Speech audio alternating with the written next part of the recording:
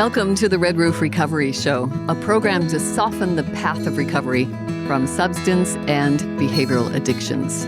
I'm your host, Tanya MacIntyre, and I really appreciate you spending the next 30 minutes with me as I share the experience, strength, and hope that I have managed to acquire over the years through my own recovery from drugs and alcohol.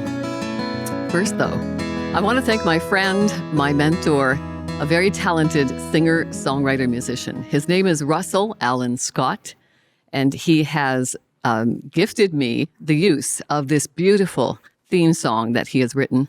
It's called Greatest Bravery, and it's from his CD called The Master Key. Joining me on this episode of the Red Roof Recovery Show is Tammy Bannon. Tammy is many things. She's a dear friend. She's like a sister from another mister for me. We sold real estate together back in 2004, which seems like a lifetime ago. Tammy has stayed in that industry very successfully. I bailed after 4 years because quite frankly, didn't like it very much. So she is a salesperson extraordinaire. She's also an NLP life coach. So we'll talk a little bit, this show is all about acronyms. So we'll explain what NLP is. Welcome to the Red Roof Recovery Show. Tammy Bannon, great to have you here. Thanks so much, Tanya. I always love spending time with you. Now, you know how much I dislike labels. However, we all have them, correct? That's why I was challenged when I left my vocation in mainstream media as a journalist, because I thought, if I can't be a journalist, what will I be, right? It's those labels that we come up with in society to fit in and to kind of mold our lives around purpose. What will my purpose be? Who will I be? And that's kind of all tied in together. So NLP life coach. So I've heard lots of terms with life coaching, and you can specialize in different kinds of life coaching. So what is NLP life coaching? So NLP, let me just say first that it's transformational life coaching. And it differentiates itself in that it's not talk therapy, it's transformation therapy. So it's based all on solutions. And neuro-linguistic programming is the acronym. So it's how our brains are wired and how we can best work with them to get the results that we're looking for in our lives. Excellent. So Red Roof Recovery, you might ask, well, what does this have to do with recovery from substance and behavioral addictions? And Red Roof Recovery is all about the tools of therapy rather than schools of therapy, right? You've heard me talk about how schools of therapy sometimes can limit their ability to service everyone because they are kind of focused on one model of recovery. I created Red Roof Recovery to instead focus on all the tools of therapy because there are hundreds of tools that we can use in the addiction recovery journey. And it is a journey. And, my journey started in 2009 when I lived in Majorca, Spain, where I jokingly say wine was cheaper than water. Not a good place for someone who is suffering with a substance use disorder to be. But on the plus side, what it did do, because I had managed my addictions for most of my adult life. So what moving to Spain did for me was kind of created a further divide, a further disconnection for me, because, we know that the opposite of addiction is connection, right? So I felt very disconnected from a lot of things.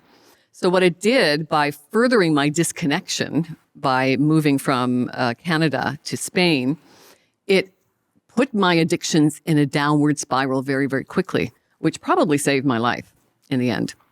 It all happens as it should, Tanya. I think so, right? Yeah. Wherever we go, there we are, right? Yeah. So geography does not solve problems, as I was hoping it would. So what I have discovered in my recovery journey is that, I have tried a lot of different things. Some work, some don't. Some things resonate, some things click, some don't. So I'm always encouraging people to keep looking. Oh yeah, I've tried that. It doesn't work. Well, let's try something else, right? That's always keeping your heart, your mind open to all the possibilities that life can offer.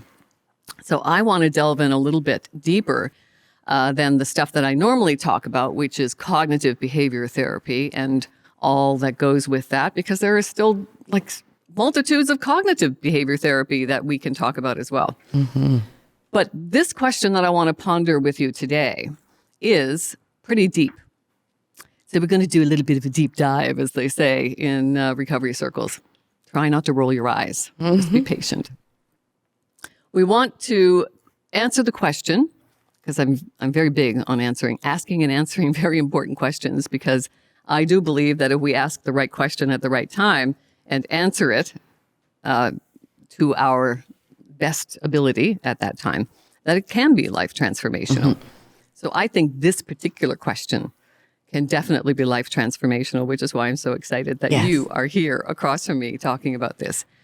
So are you living a vision-driven life or a condition-based life? Woo, that is a tall order. Yeah. So first of all, I want to define what each of those means. So what is a vision-driven life? If you don't mind, I'm going to back up a little bit, Tanya, and just talk about the tools. I do. So I talk too much, I know. you started to say, you're building tools, and the more tools we can use, if one thing doesn't work, then another one, try another one. And I think it's important to recognize that we go through our entire lives really just collecting tools to use as we navigate through whatever comes in our life.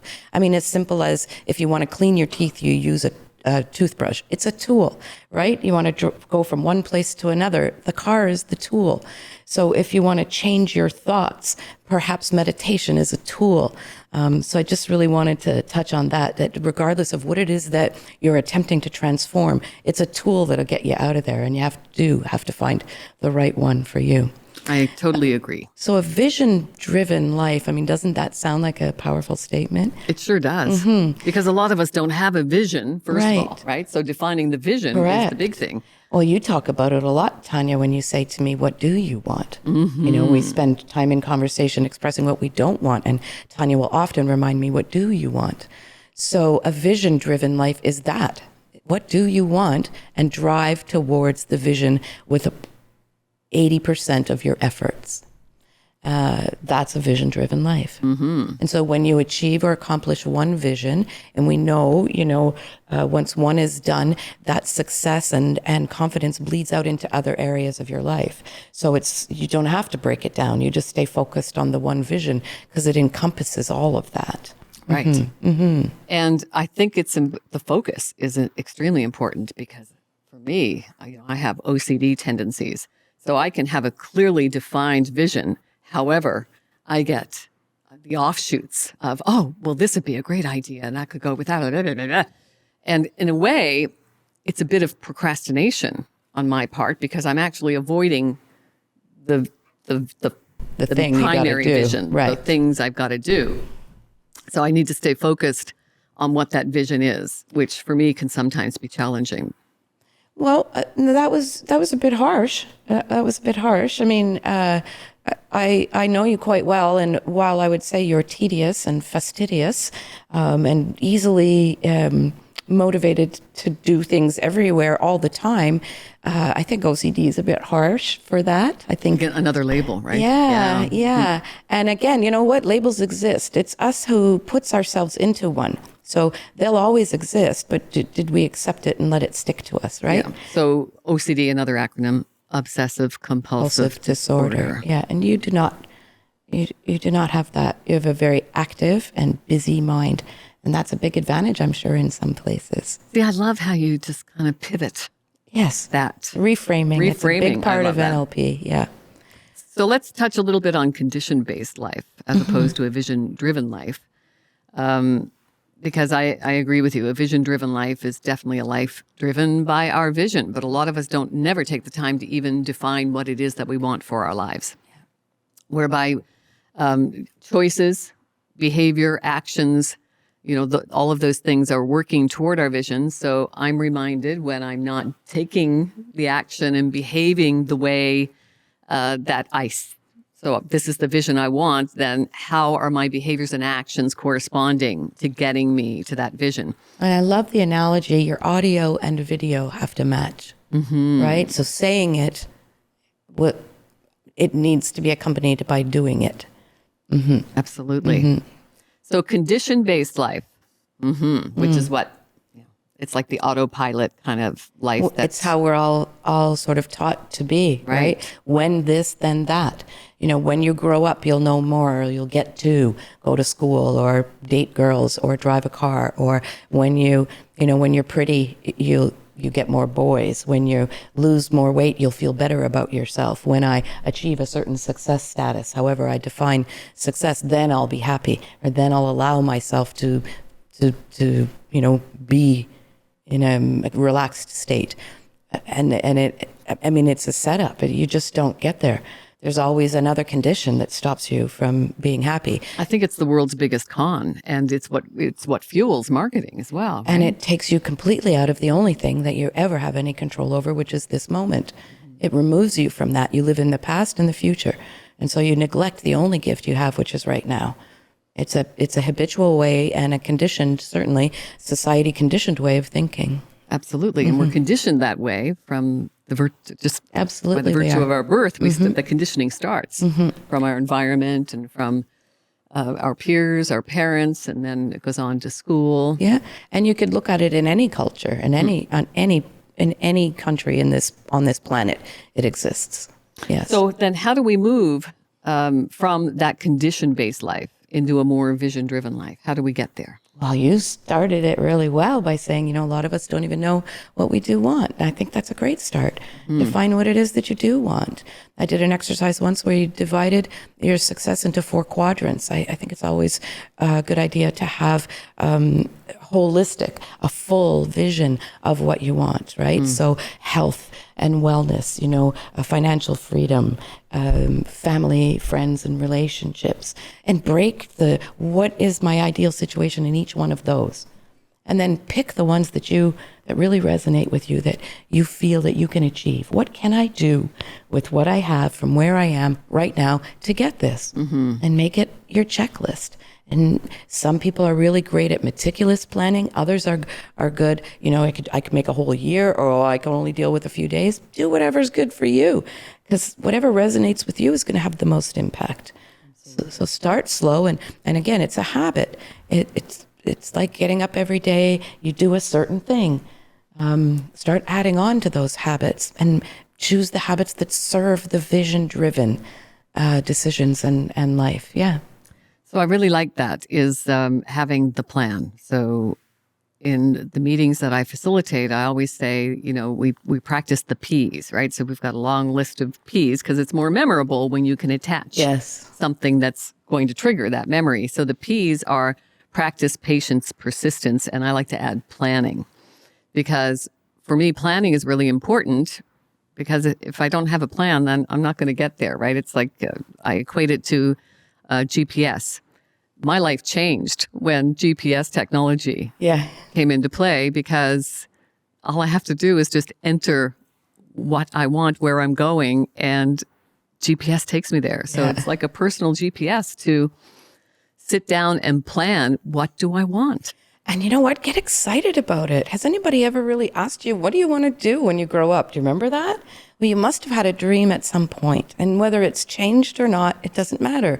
Find that excitement, attach the emotion to it, and get excited that you're now resuming control over the results that you're going to see, period. Right. And I've lived long enough to see how we went, because I struggled through school. I wasn't academically inclined. And I ended up quitting high school in grade 10, because that transition to, first of all, you changed schools. Back in those days, you changed from grade 9. You went from a grade school to the junior high school. So I had to change schools from grade 9 to 10, which was obviously quite traumatic for me, because I was a bit of an introvert, forcing myself to be extroverted in many ways. And even then, my addictions were starting to take hold of me in different ways. But by the time I finished, I didn't quite finish grade 10, but it came to the final exam time, like, April, after March break, you start hunkering down to do your final exams. And I knew I was going to fail.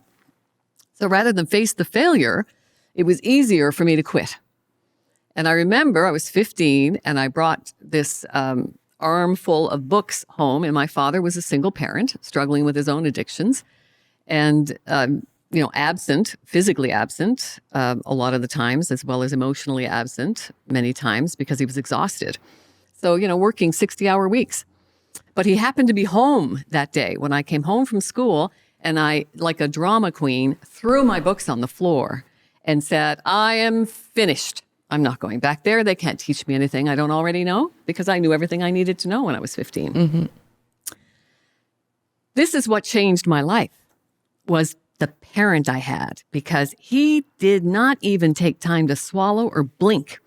He said, wow, that is an adult decision that's going to come with adult consequences.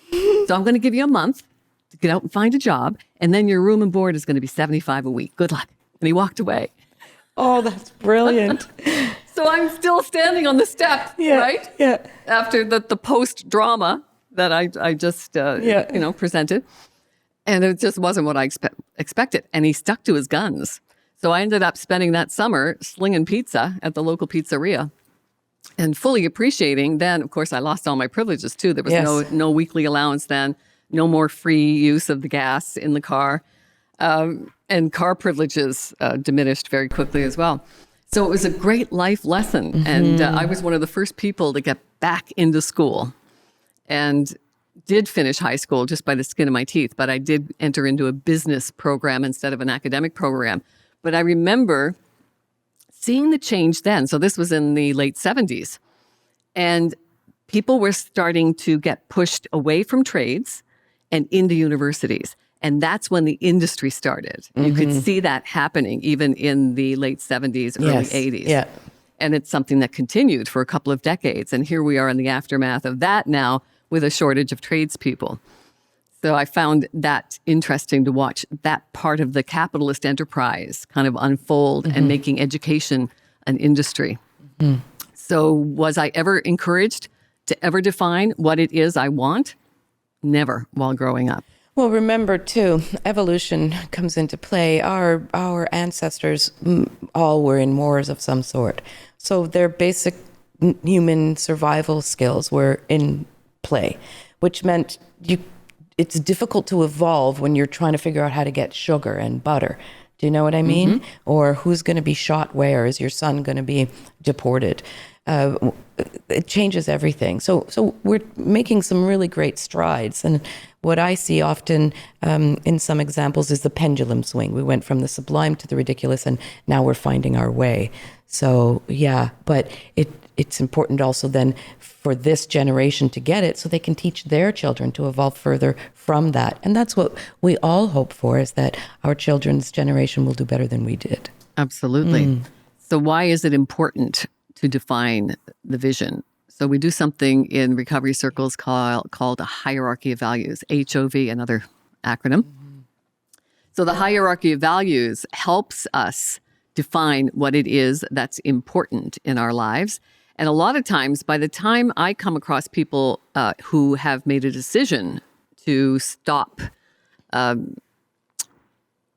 indulging in alcohol, drugs, whatever it is. I mean, and it can be anything. It can be overeating. It can be shopping, gambling, gaming, pornography, just internet addictions now. I mean, we're spending at least a third of our lives in front of a screen now, if not more. Mm-hmm. So we're being inundated with messages. I talk about this all the time as a journalist. It was my job to create sensational headlines and embellished facts to keep people frozen in what I like to call the FUD factor: fear, uncertainty, and doubt. Because when we are saddled by this FUD factor, then we're more compliant, complacent people, right? You keep people in fear, you can get them to do anything. The strongest motivator ever. Absolutely. And I'm glad you went onto that, because it's important as we're striving towards a vision-driven life to talk and consider how much time we spend in worry, right? And we talked a little bit about this. Mm-hmm. So worry is the most obnoxious misuse of imagination. Yeah, right? my dad always used to say, worry is the interest paid on a debt that never comes due. Yeah. So start asking yourself those deep questions like, how much time do I spend in worry? I mean, maybe it's 5 minutes a day, or maybe it's 50 minutes a day. And when you start to notice things in your life, you can then begin to make changes if you so desire. So let's say that you notice that you're spending at least, 15 minutes a day worrying. I mean, that's significant. So there's a way to help strategize your way through that habitual thinking. And I was listening to a favorite coach of mine, Mary Morrissey, who defined 7 steps to remove, eradicate, bring peace and calm. So take away the stress, anxiety, and worry. Learn when you do it so you can learn not to do it, and then replace it with peace and calm. So let's go over those, Tanya. That would be fun. Yes. So the first thing you always tell me, notice what you're noticing. Notice. No, just notice. Notice it. I did that again. Or, oh, look at me. I'm worrying about something I have no control over. Wow, I didn't even notice I was doing it. Well, now you do notice it. Dr. Phil once said you can't change what you don't acknowledge, and you need to notice it before you can make any movement. I think awareness is key. Absolutely. We need to be aware of the thinking, because when we change the way we look at things, the things we look at change. That's as right. Dr. Wayne Dyer always used to Yes. And wrote a great book also about. Yeah. So then number 2 is to name it. So call it something. That's me worrying. That's me being fearful. Or name the emotion. What is it what's at the base of it? And really identify it, right? So then you have a good grasp on what it does, because every emotion leaves you with something. It has a physical effect.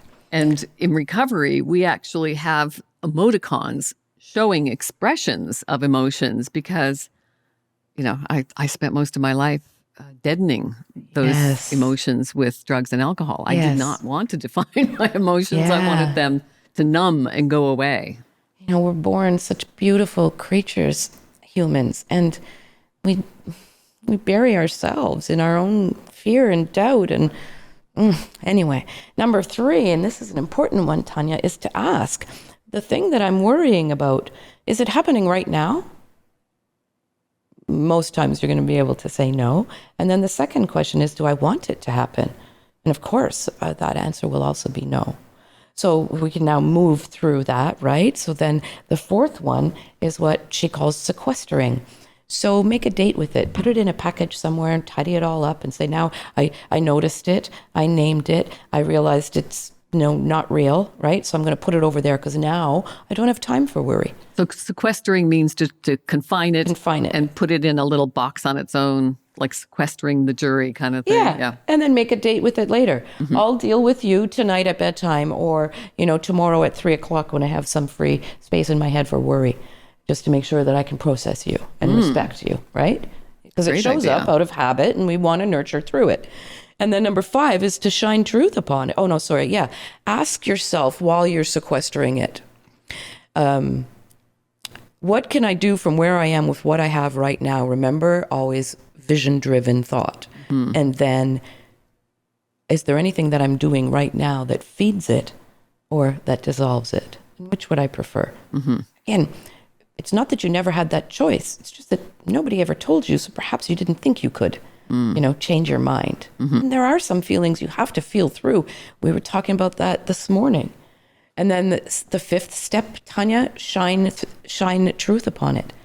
And this is your story. That's what you do best, is you bring truth to things.